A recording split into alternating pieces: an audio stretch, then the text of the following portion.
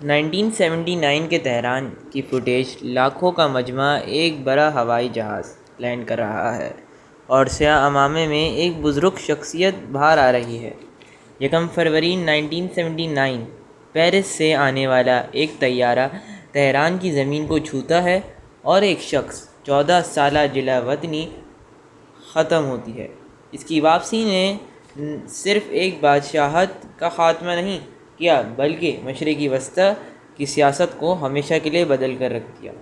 یہ کہانی ہے روح اللہ خمینی کی، وہ آیت اللہ جس نے ایک سیکولر ملک کو اسلامی جمہوریہ میں بدل دیا۔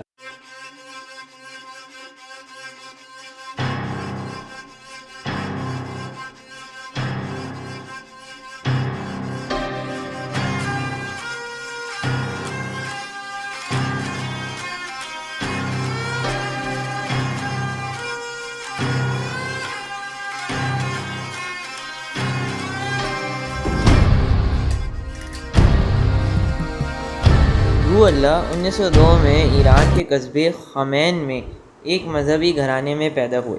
انہوں نے اپنی زندگی کا بڑا حصہ مقدس شہر قم میں گزارا، جہاں انہوں نے اسلامی فقہ، فلسفہ اور تصوف میں مہارت حاصل کی۔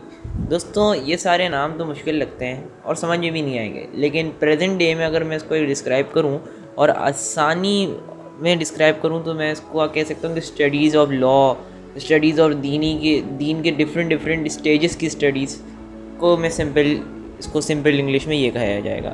انہوں نے ولایت فقیہ کا نظریہ پیش کیا، جس کا مطلب تھا کہ سیاسی اقتدار بھی مذہبی علماء کے ہاتھ میں ہونا چاہیے۔ 1960 کی دہائی میں شاہ ایران سفید انقلاب کے نام سے اصلاحات لا رہے تھے، جسے وائٹ ریولیوشن بھی کہا جاتا ہے، جن کا مقصد ایران کو مغربی رنگ میں رنگنا تھا۔ آیت اللہ خمینی نے اسے اسلام کی خین اور امریکہ کی غلامی قرار دیا۔ ان کی گھن گرج والی تقریروں نے عوام کو بیدار کیا، جس کی پاداش میں انہیں 1964 میں جلا وطن کر دیا گیا، ویسے ہی جیسے آٹومن سلطانز کے ساتھ کیا جاتا تھا۔ جی ہاں، تاریخ پھر ریپیٹ ہوئی۔ تاریخ کا ایک بہت ہی مزیدار فیکٹ ہے کہ وہ ریپیٹ ہوتی ہے۔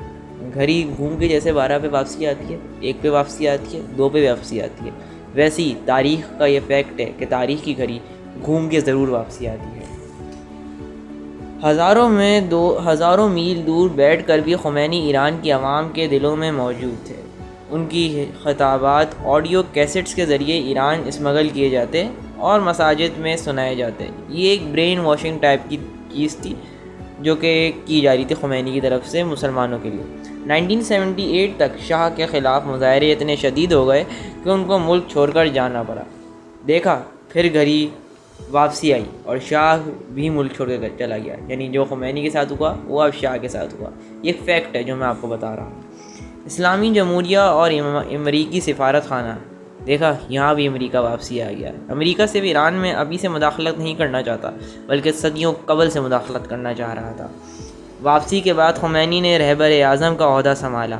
انہوں نے نعرہ سپریم لیڈر لگایا، نہ شرکی نہ عربی، جمہوری اسلامی۔ اسی دوران 1979 میں تہران میں امریکی سفارت خانے کا بحران پیدا ہوا، جس نے ایران کو امریکہ کے تعلقات کو ہمیشہ کے لیے دشمنی میں بدل دیا، اور وہ ہمیشہ آج تک چل رہا ہے۔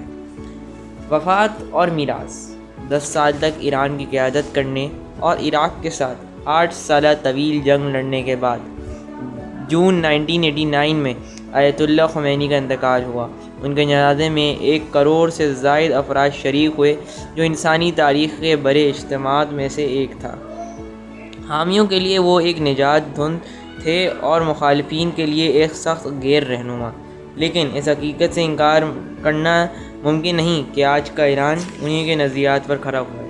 اور اگین میں آخر میں سوری کہنا چاہتا ہوں کہ اتنی لیٹ ویڈیو اپلوڈ کی۔